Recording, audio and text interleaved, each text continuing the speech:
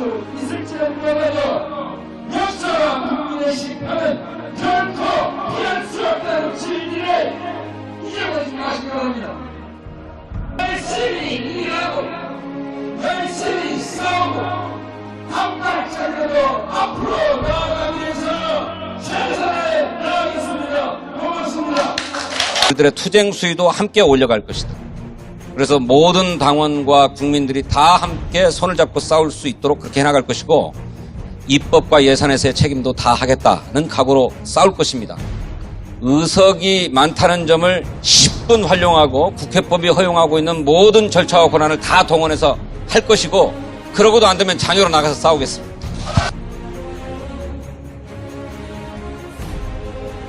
두 분을 모시겠습니다.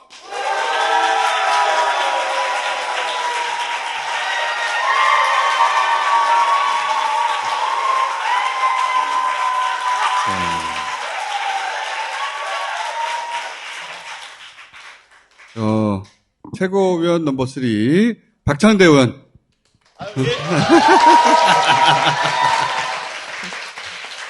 자, 그리고 원내 지도부 넘버 3 진성준 의원님.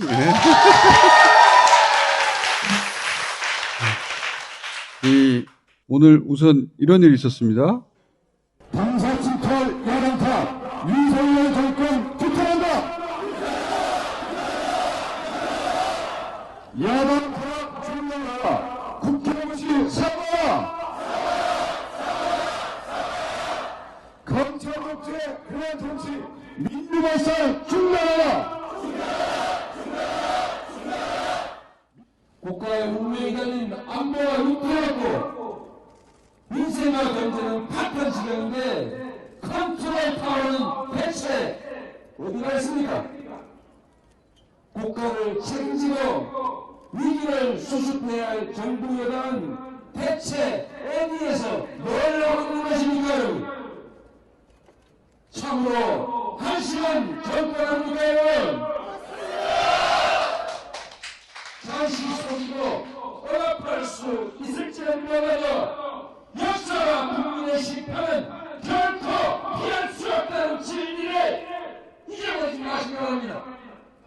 우리 민주당은 국민의 충직한 일꾼으로서 민생 위기 극복과 진정으로 자유롭고 정의로운 대한민국을 위해서 헌신의 힘을 다하겠습니다. 열심히 일하고 열심히 싸우고 한 발짝이라도 앞으로 나아가기 위해서 최선을 다하겠습니다. 고맙습니다.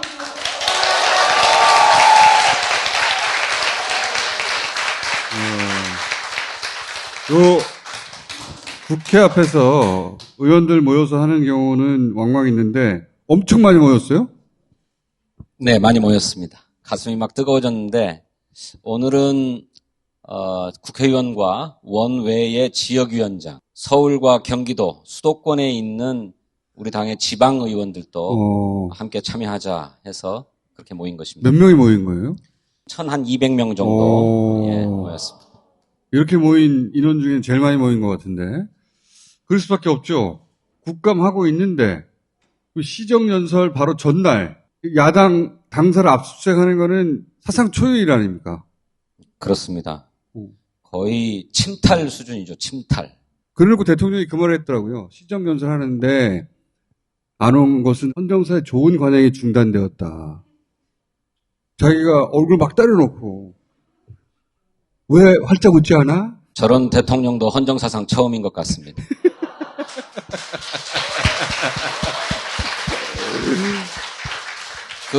미국 뉴욕에 가서 여러분들 잘 아시는 것처럼 국회에서 이 새끼들이 승인 안 해주면 쪽팔려서 어떡하나. 외국 나가서 그 나라 의회 국회의원들을 이 새끼들이라고 욕하는 대통령 보셨습니까? 헌정사상 처음이죠. 그런데 이것이 외교 문제로 될 것 같으니까 그걸 만회한답시고 대통령실에 홍보수석을 시켜가지고 미국 국회의원들한테 한 얘기가 아니라 대한민국 국회의원들, 그것도 더불어민주당 국회의원을 향해서 한 얘기다. 이렇게 해명하지 않았습니까? 이런 대통령이 헌정사상 또 있었습니까? 군사독재도 이렇게 안 했죠. 군사독재도. 지금 문재인 빨갱이, 이재명 범죄자, 이게 윤석열 정부의 국정 비전이에요. 최고위원님 별 말씀 안 하시죠? 검사가 수사권을 가지고 보복을 하면 깡패지 검사냐 이랬잖아요. 그거를 지금 실천하고 계셔요.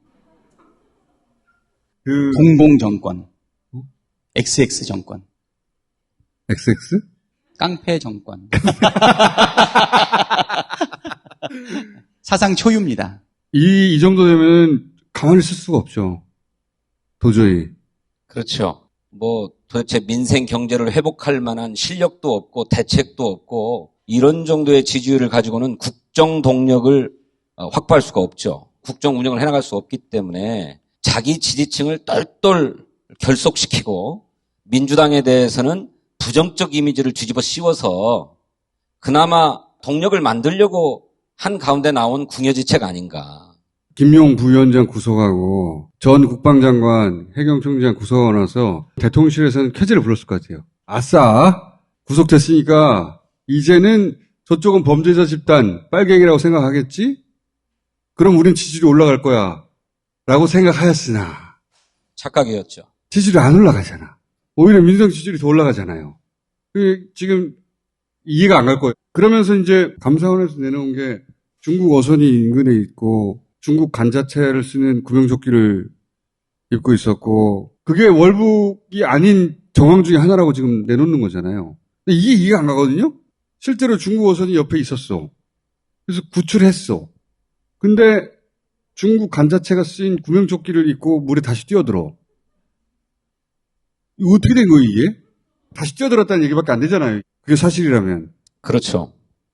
역으로 그것이 월북을 입증해주는 증거가 될 수 있습니다. 구명조끼에 간자가 쓰여졌다라고 하는 것은 이번에 처음 나온 감사원에서 사실이거든요. 처음 내놓은 거죠. 그렇습니다. 간자가 있었는지 없었는지 잘 모르겠는데 어쨌든 있었다면 더 이상한 거 아닙니까? 있었다면 이상한 거죠. 결국 중국 어선에 비치하고 있던 구명조끼를 그 이대건 씨가 입었다는 얘기가 되는 건데. 그렇죠. 붕대를 감았다면 구출이 1차 돼서 그렇죠. 붕대를 감아줬다는 얘기인데 그런 상태로 다시 바닷속에 들어간 거거든요. 이거를 내놓고 어떻게 구속을 시키냐는 거야.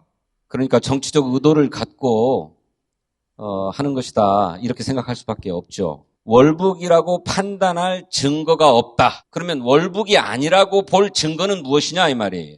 설명을 못해요. 월북이 아니라면 그러면 뭐였다라고 하는 것을 설명할 수 있어야 되는데 설명이 없어요. 아니 근데 오늘 또 국정원이 나와가지고 월북이라는 단어가 있었다고 밝혔잖아. SI 정보에 있다는 거죠. 그러면 감사원 판단하고 또 다른 거 아니에요? 국정원은.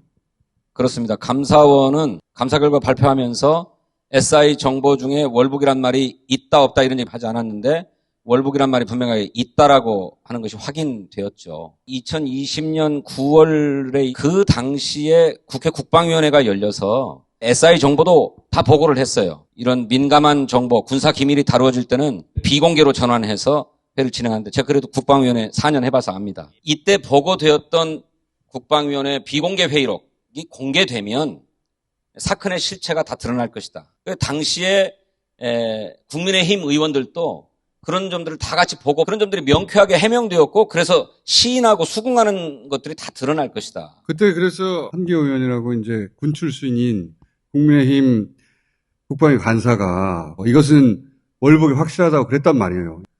근데 뒤집었잖아요. 뒤집고 나서 전 국방장관을 구속을 시켜버렸어. 증거인멸의 우려가 있다. 증거인멸을 어떻게 해? 현직이 아닌데 원본은 다 국방부에 있는데 이유가 말도 안 돼요. 그렇습니다.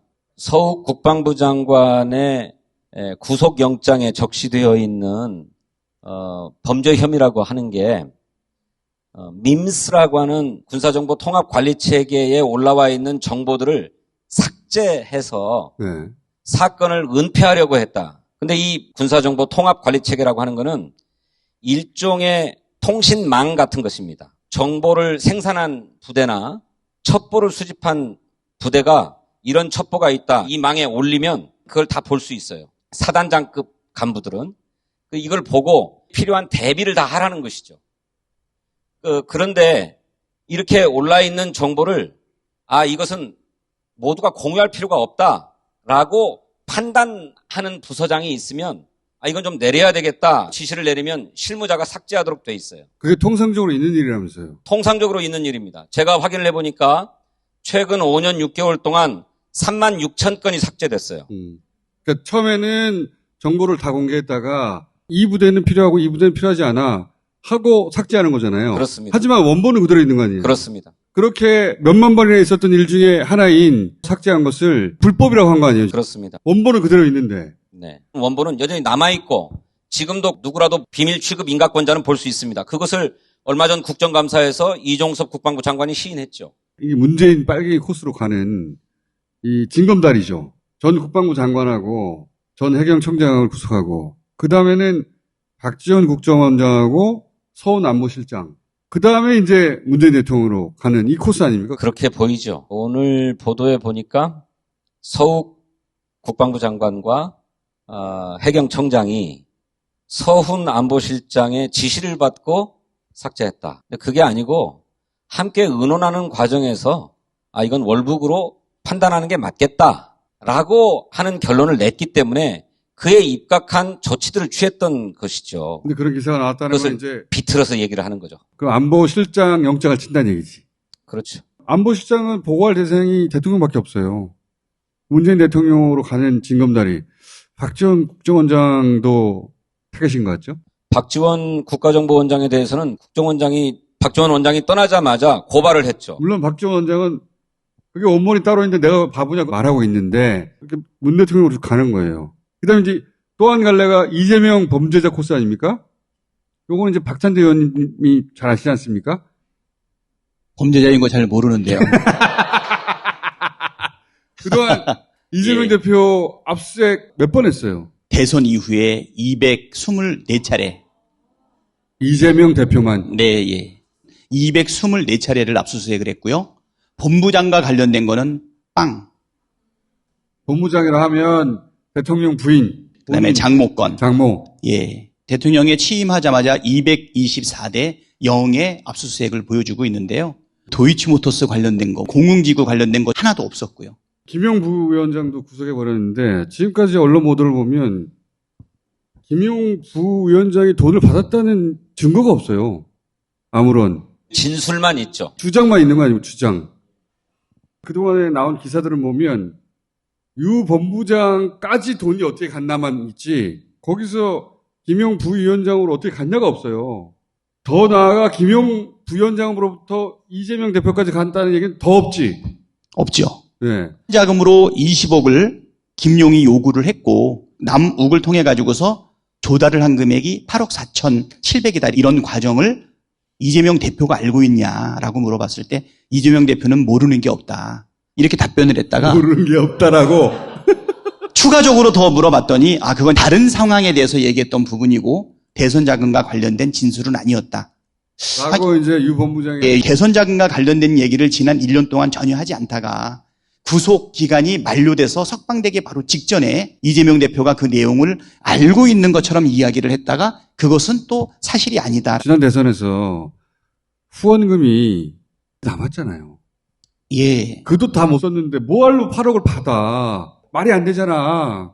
기본적으로. 예. 사실은 이거에 대해서 물어보면 할 말이 없어요. 왜 할 말이 없냐면 너무 황당해서. 근데 빨갱이 코스도 그 중간에 징검다리 다 영장 쳐서 문 대통령한테 가려는 것처럼 이 코스도 결국은 중간에 있는 사람들의 목표가 아니라 이재명 대표가 목표 아닙니까?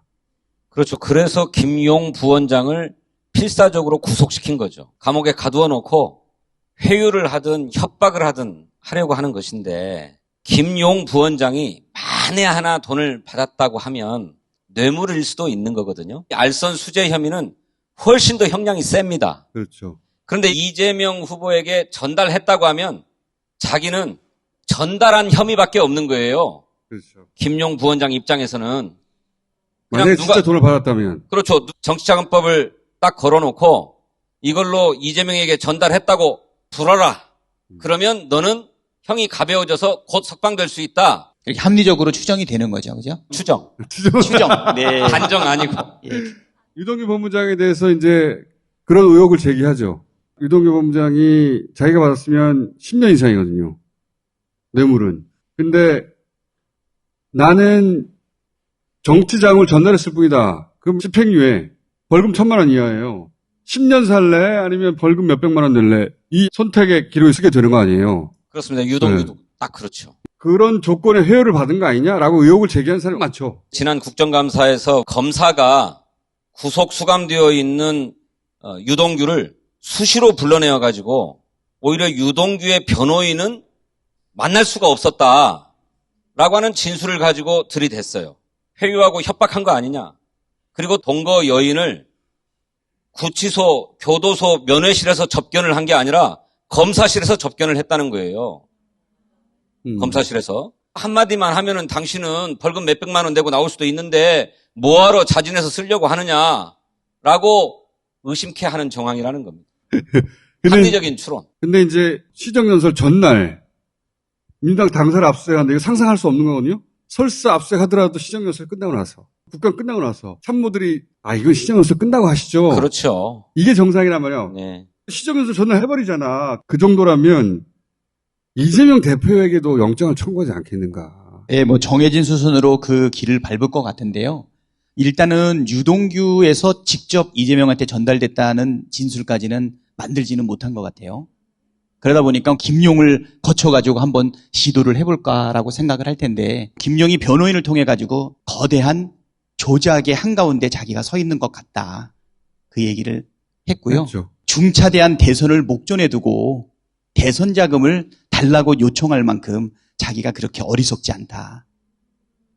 그리고 어떠한 물증도 없다. 자기는 진실을 위해서 당당하게 밝히겠다. 이렇게 이야기를 했거든요. 김용을 통해 가지고 어렵다 그러면 다시 곧 뒷단계로 가지 않을까 생각이 되거든요. 다시 남욱으로 가든가 여러 가지 시나리오가 좀 있을 거는 같은데 이분들이 절박한 것 같아요. 어떤 노력을 해도 지지율은 올라가지 않고 하다 보니까 현 정부는 설마는 없는 것 같아요. 네. 수십 년간 여야가 쌓아온 관행과 절차들이 있는데 아무 상관이 없어요. 군사정권 시절에도 시정연설 전에 압수수색해야지 이걸 누가 생각하겠습니까? 해버리잖아요.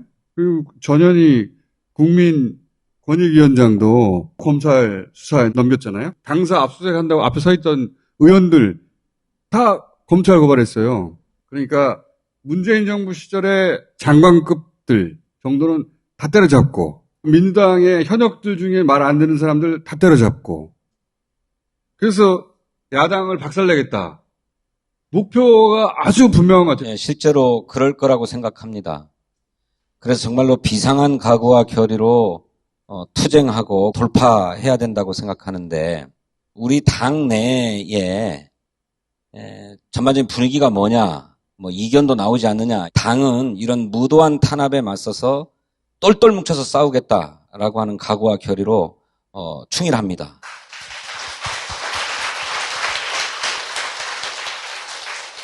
검찰이 민주당사를 침탈했을 때에 비상의원총회를 소집하고 시정연설을 거부한다라고 하는 의원총회의 결의가 그 순간에 바로 이루어졌습니다.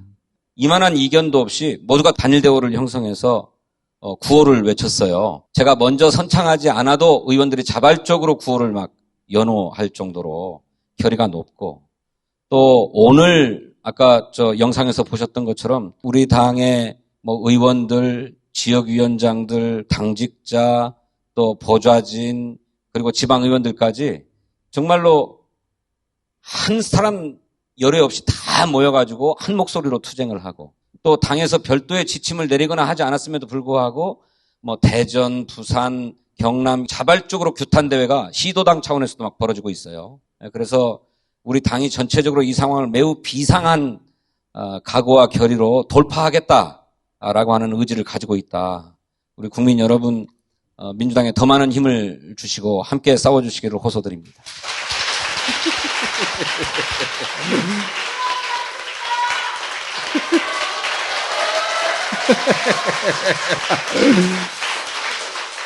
원래 이제 이런 일이 있으면 저쪽에서는 분열을 만들어내려고 익명으로 해서 그럴 줄 알았다는 이런 걸 계속 내보내서 분열시키려고 하는데 근데 이번에는 그럼 다 죽어. 그걸 피부로 느끼는 것 같아요. 이 정도 됐으면 한 7명 정도 나와야 되거든요. 원내 한 명하고 원내 한 명만 나오더라고.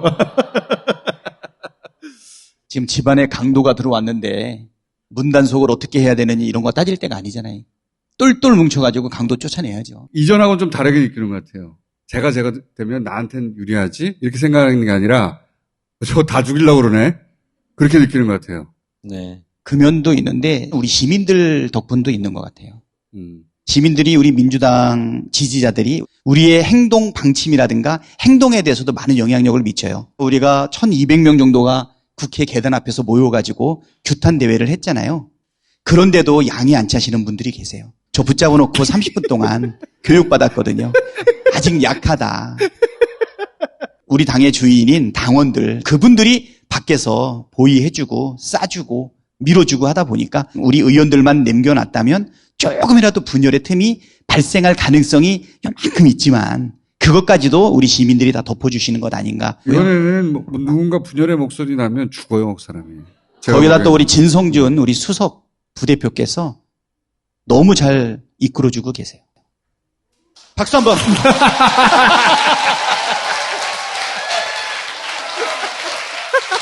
네. 그리고 또 하나 최고위원들도 똘똘 뭉쳐가지고 완전히 한 목소리 내고 있거든요. 또 원내에서 우리 박홍근 대표와 진성준 수석께서 확실하게 우리를 단합시키고 단결시키고 해나가고 있기 때문에 여러분 크게 걱정 안 하셔도 될 것 같습니다. 같이 여러분들과 싸울 겁니다.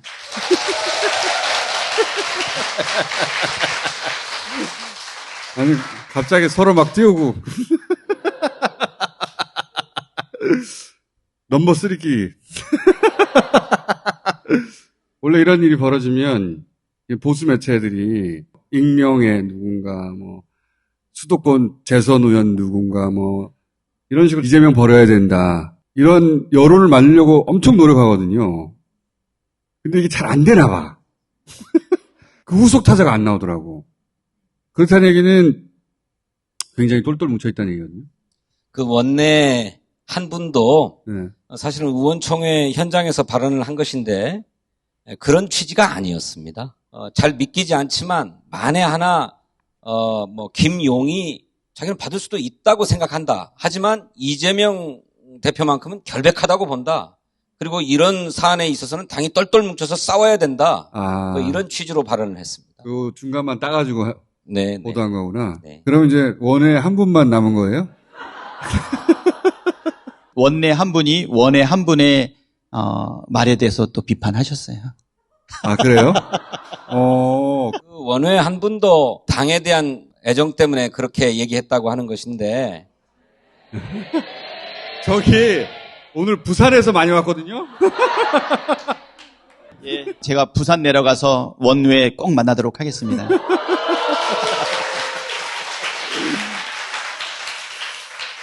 그러니까 당을 위해서 대표가 좀 희생할 수 있는 게 아니냐 뭐 이런 뭐 얘기라고 생각합니다. 그런 그런데 얘기라고 저는 생각하지 않아요. 지금 혼자 살 수 있다고 생각하는 사람이 있으면 멍청한 거예요, 그건. 정치인끼리 나하고 안 맞거나 그럴 수 있죠. 근데 이 시점에서 그런 얘기를 한다는 거는 멍청한 거죠. 자기 혼자 살 수 있나? 이 국면에서? 이거는 툭 건드리는 게 아니잖아요. 다 목을 베어버리라. 진짜로. 목을 딱 따면은 자기들 세상에 오는 줄 알아요. 이지.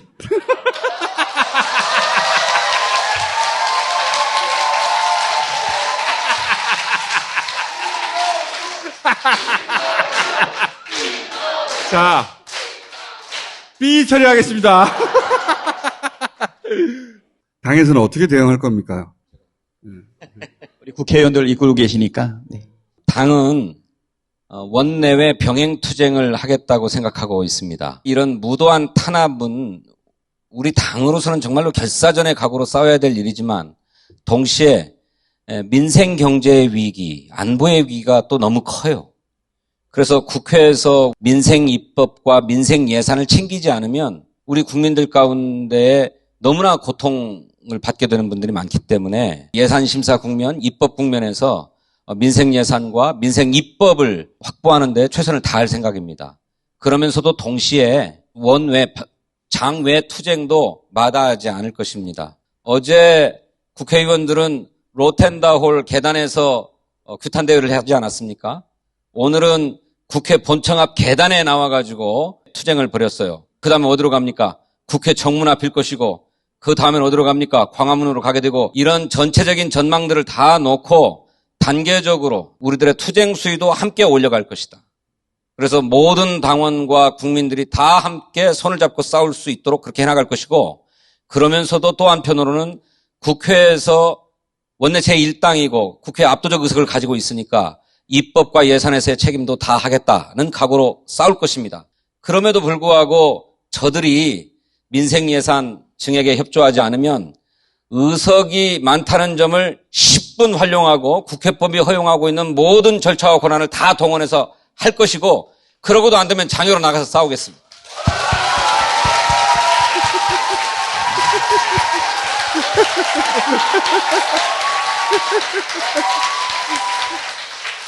아니, 진성준 의원님이 연설이 많이 늦으셨는데.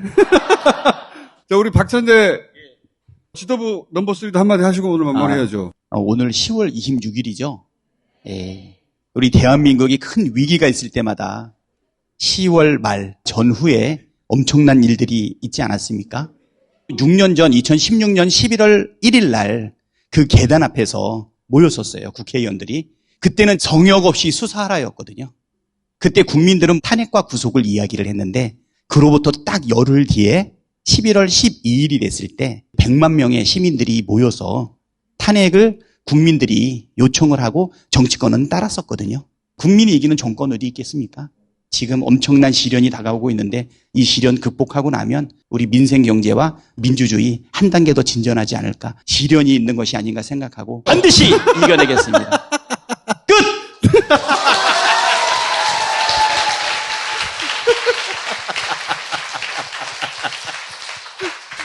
자, 한 3, 4주 후에 다시 한번 모셔야 되지 않을까.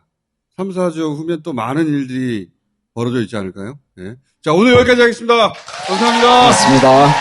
감사합니다.